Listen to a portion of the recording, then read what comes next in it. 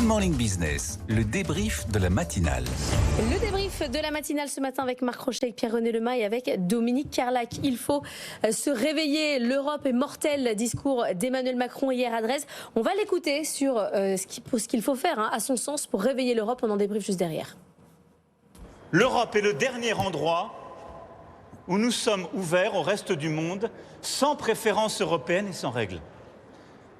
Allez en Chine, allez aux États-Unis. Nous commerçons, nous voulons développer le commerce. Mais il y a des préférences nationales.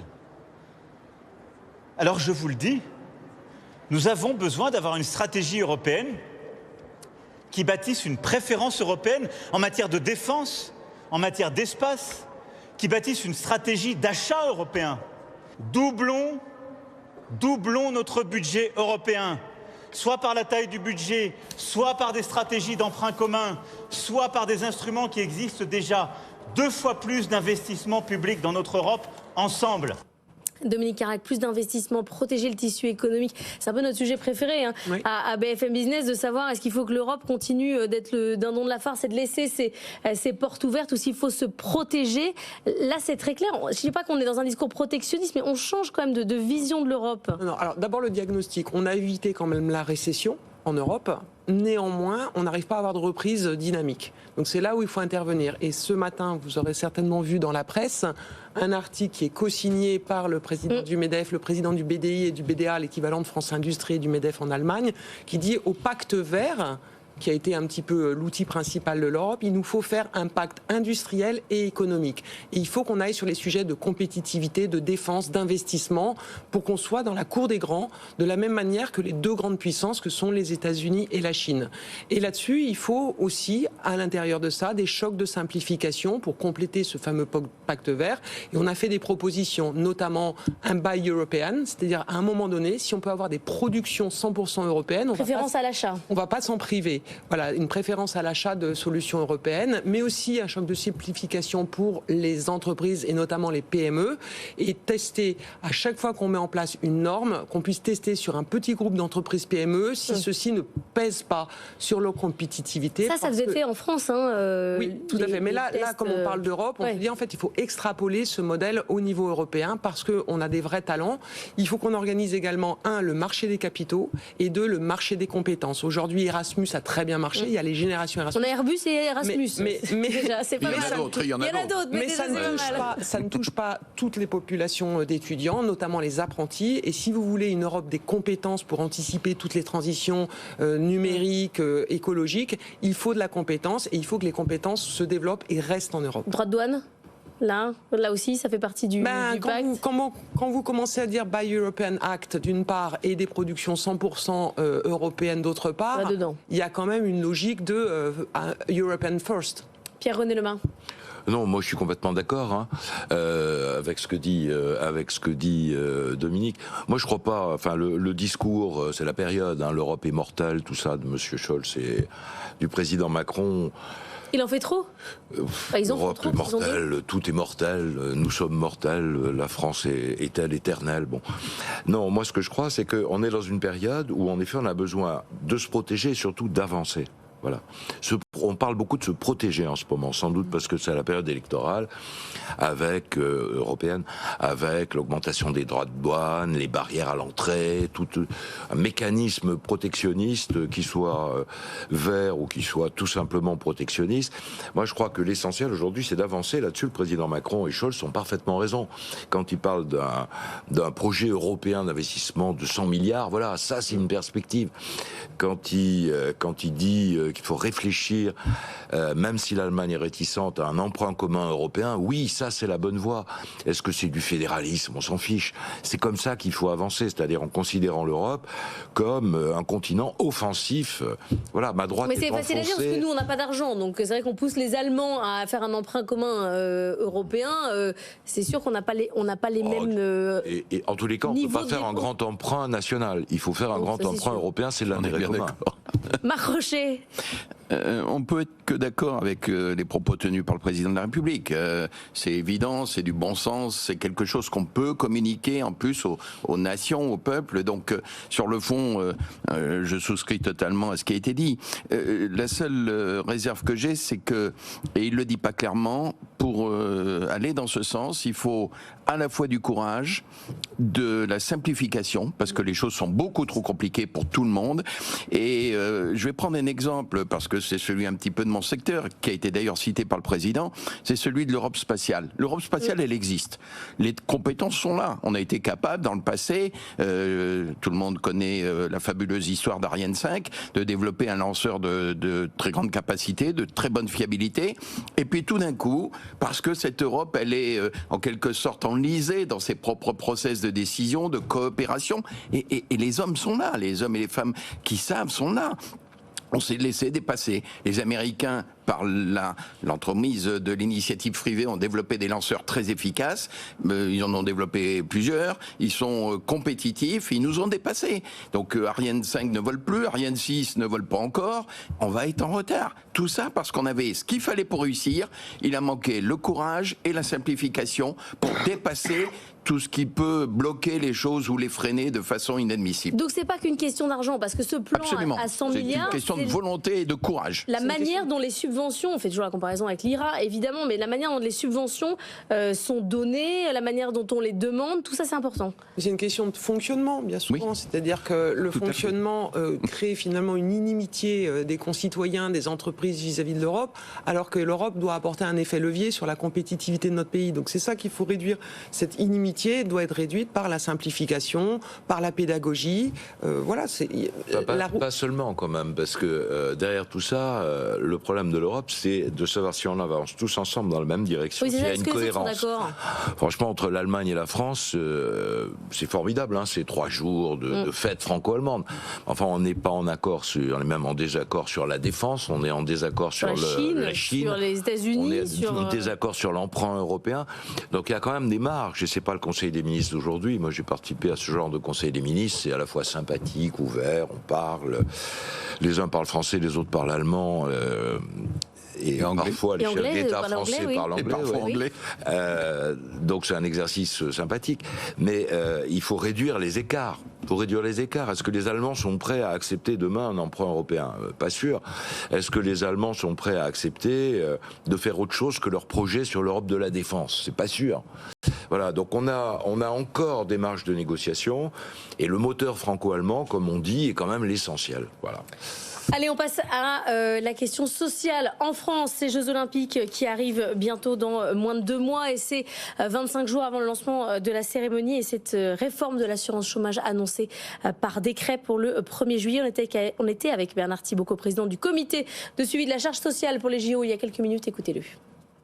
J'avais pourtant indiqué combien c'était surprenant de la part d'un gouvernement qui aspire, souhaite, proclame la trêve sociale, et en même temps, quelques jours avant le début des épreuves olympiques, d'annoncer la réforme contestée par tous les syndicats. C'est-à-dire qu'il y avait encore débat, contradiction, mais tous les syndicats disent combien cette réforme va être néfaste pour les ayants droit, pour les précaires en particulier. Et moi, je partage les protestations des 5 confédérations syndicales qui ont dit leur désaccord. Mais encore une fois, sur ce sujet, le gouvernement a l'intention de passer outre, manifestement, pour des raisons, j'y insiste, qui sont exclusivement financières.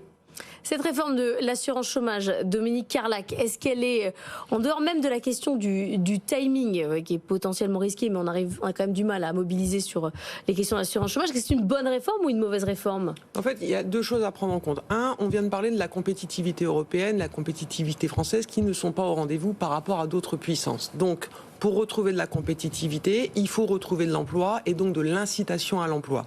Donc tout ce qui peut favoriser le retour à l'emploi est une bonne chose.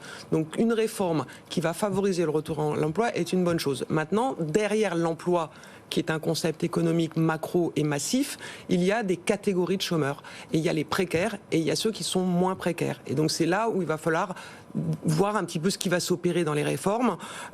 Quand on part, moi je vais parler au nom des organisations patronales pour le coup, quand on nous ressort le concept du bonus-malus... Oui, ça vous plaît pas? Non, ça nous plaît pas. Mais on ne sait pas pour qui, pour l'instant. Parce qu'en fait, le bonus-malus n'a jamais créé d'emploi. Il y a eu une enquête de la DARES qui a été faite sur les 7 dernières années là-dessus, ça n'a jamais créé d'emploi. 2, c'est du malus-malus en réalité, parce que les entreprises qui sont notamment les contrats courts ne le font pas forcément exprès, elles le font par rapport à des modèles économiques. Vous prenez la restauration, dans la restauration, vous avez un phénomène saisonnier. Et donc, si vous faites des contrats courts, c'est parce que vous avez du monde dans une saison. Et donc, ça crée des distorsions parce qu'il y a dans la restauration des entreprises qui ne sont pas soumises à la saisonnalité et d'autres qui le sont. Donc, c'est mauvais. Donc ça, ce côté bonus-malus est une mauvaise idée. Le côté de l'incitation à retrouver de l'emploi facilement, quand on peut retrouver de l'emploi, et notamment dans les métiers en tension, et Dieu sait s'il y en a, là, c'est quelque chose sur lequel il faut aller. Et on en soutient. Je sais pas, moi, le gouvernement dit économie de 4 milliards, quoi, en gros. 3-6, ouais. En face, création d'emplois attendue, 90 000 emplois. Non, cette réforme est une réforme qui touche les plus jeunes, touche les précaires, va toucher les seniors. Moi, c'est une réforme dont je comprends le sens économique, et notamment le sens financier. On ait besoin de trouver 4 milliards... Au budget public, je comprends tout à fait. Enfin, que ce soit une réforme dont l'objectif sera d'inciter à la création d'emplois, j'y crois pas du tout. On a 400 000 emplois non pourvus, on n'a même pas besoin de faire de la création d'emplois. Je suis assez d'accord. Je suis surtout assez d'accord pour dire que 90 000 emplois attendus pour 4 milliards, faites la division, est-ce que c'est une bonne réforme, y compris pour l'emploi? Marc Rochet. Je crois que derrière tout ça se pose à nouveau le problème de la capacité dans notre pays à mener un vrai dialogue social. On ne sait travailler que par conflit ou menace de conflit. On ne sait pas du côté de l'État employeur, voire des entreprises, avancer dans une négociation. Donc il est clair que faire cette réforme, quel que soit son intérêt ou pas son intérêt, à chaud, au moment des Jeux Olympiques, c'est quand même une erreur de casting et de timing qui est fondamentale. Je pense que ces sujets sur la transformation de la méthode de travail en matière de dialogue social doivent être des sujets de fond. On les aborde avec du temps, de la vision et avec de l'écoute. Oui, je suis pas d'accord avec les organisations syndicales, mais il faut les écouter. Et puis, de leur côté, il faut leur apprendre à nous écouter, nous aussi. Oui, mais dans l'entreprise privée, on discute, on signe des accords. Ça fonctionne. Dans le privé, on y arrive, l'État n'y arrive pas, mais public, quoi. Tout le monde sait que l'État n'est pas un très bon DRH quand même. C'est pas aujourd'hui qu'on le découvre. Même pire pour le que coup. ça. Donc, oui, alors ça peut être même pire, mais je veux pas caractériser les choses. Je crois qu'il y a un vrai sujet sur la table, l'emploi, la façon dont on protège les compétences des gens, dont on les valorise, mais on le fait à froid, on le fait hors de toute potentialité de conflit. C'était mal choisi comme instant, je le dis clairement. Pour le coup, petit rappel très très court terme, en novembre 2023, nous avons signé avec les syndicats, les organisations patronales, les syndicats, un accord sur le chômage qui notamment faisait apparaître une baisse de la cotisation patronale. Donc si la réforme nous amène à remettre en cause cette baisse de la cotisation patronale, ça veut dire qu'on va renchérir le coût du travail. Absolument. Donc attention à ne pas casser. C'est le cas apparemment. Oui, justement. Donc du coup, attention à ne pas casser ce qu'avaient quand même amené les partenaires sociaux ensemble. Il y a eu Il va discuter quand même. Mais justement, qui avait signé. Ils avaient tout signé, c'était novembre 2023. Il nous reste 3 minutes pour parler des impôts locaux. Les impôts locaux des ménages qui ont baissé d'un peu plus de 18% entre 2017 et 2023. C'est ce que nous dit une note du rapporteur général du budget de l'Assemblée nationale. On était trop loin sur les impôts locaux, la taxe d'habitation. Est-ce qu'il fallait vraiment la supprimer? Parce que quand on voit les déficits publics aujourd'hui, peut-être, je sais pas, c'était pas nécessaire. Je crois que les Français sont pas dupes. En fait, peu de gens demandaient la disparition de cet impôt local qui correspond d'ailleurs à un équilibre entre les prestations que doivent l'État, les mairies, l'entretien des routes, tout ça. C'est un impôt visible en fait. Et puis ce que chaque citoyen doit faire pour contribuer au fonctionnement de ces services. Tout d'un coup est sorti là aussi comme du chapeau la disparition des impôts de taxes d'habitation. personne n'est dupe. Tout le monde a vu par ailleurs l'augmentation considérable des impôts fonciers, qui ne sont pas gérés de la même façon et pas au même niveau de l'État. Mais moi, je vais dire quelque chose en tant que citoyen de mon pays, comme tous les autres. Les gens n'y comprennent rien. C'est un langage de technocrate, ça. C'est un langage qui les dépasse. Enfin, ils voient quand même que la taxe d'habitation a disparu. Oui, mais ils voient aussi leur impôt foncier. Donc, je ne suis pas sûr. Et ils voient d'autres impôts. C'est un impôt pour les locataires. Donc, pour les locataires, oui. C'est quand même utile. On est d'accord. Certains en ont bénéficié, c'est indiscutable. Mais je pense que le langage politique doit être un langage compréhensible et audible par tous. Il ne l'est pas. Il est technocratique et il est trop microcosme parisien. On l'a déjà dit dans le passé. Bon, sortons de cette voie. Pierre-René, Dominique, 45 secondes chacun, je peux vous donner. 45 secondes. C'est vrai que c'est une réforme que personne ne demandait. C'est vrai qu'elle est compensée. Donc, de toutes les manières, comme le dit le président de la République lui-même, il n'y a pas d'argent magique. Donc, le moins d'un côté, ça fait du plus, sans doute plus de déficit de l'autre. Et puis, je rappelle qu'il y a un vieux principe d'administration des collectivités locales qui a été introduit par M. Chirac dans la Constitution, principe de libre administration, qui suppose que les collectivités puissent avoir la maîtrise de leurs recettes. Aujourd'hui, les collectivités n'ont plus la maîtrise de leurs recettes et c'est un vrai problème.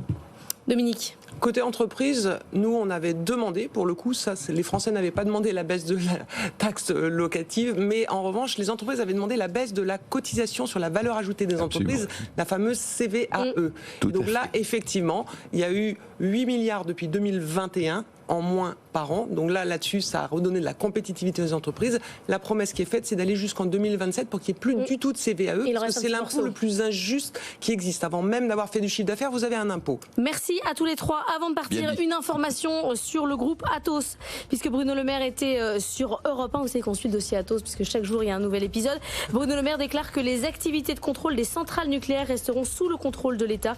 Elles sont jugées stratégiques. Il évoque une éventuelle reprise par EDF ou une entreprise proche d'EDF. Bien évidemment, on suit ça de très près, comme le dossier Club Med. On vous annonçait ce matin avec les infos de Mathieu Pechberti qu'Henri Giscard d'Estaing était de plus en plus encadré par son actionnaire chinois. Le numéro 2 a démissionné vendredi soir dernier. Il y avait déjà un DAF envoyé par l'actionnaire Fosun. Merci à tous les trois d'avoir été avec moi. Dans un instant, les experts avec Nicolas Dose sur BFM Business. Je vous dis à demain, 6h-9h. Bonne journée.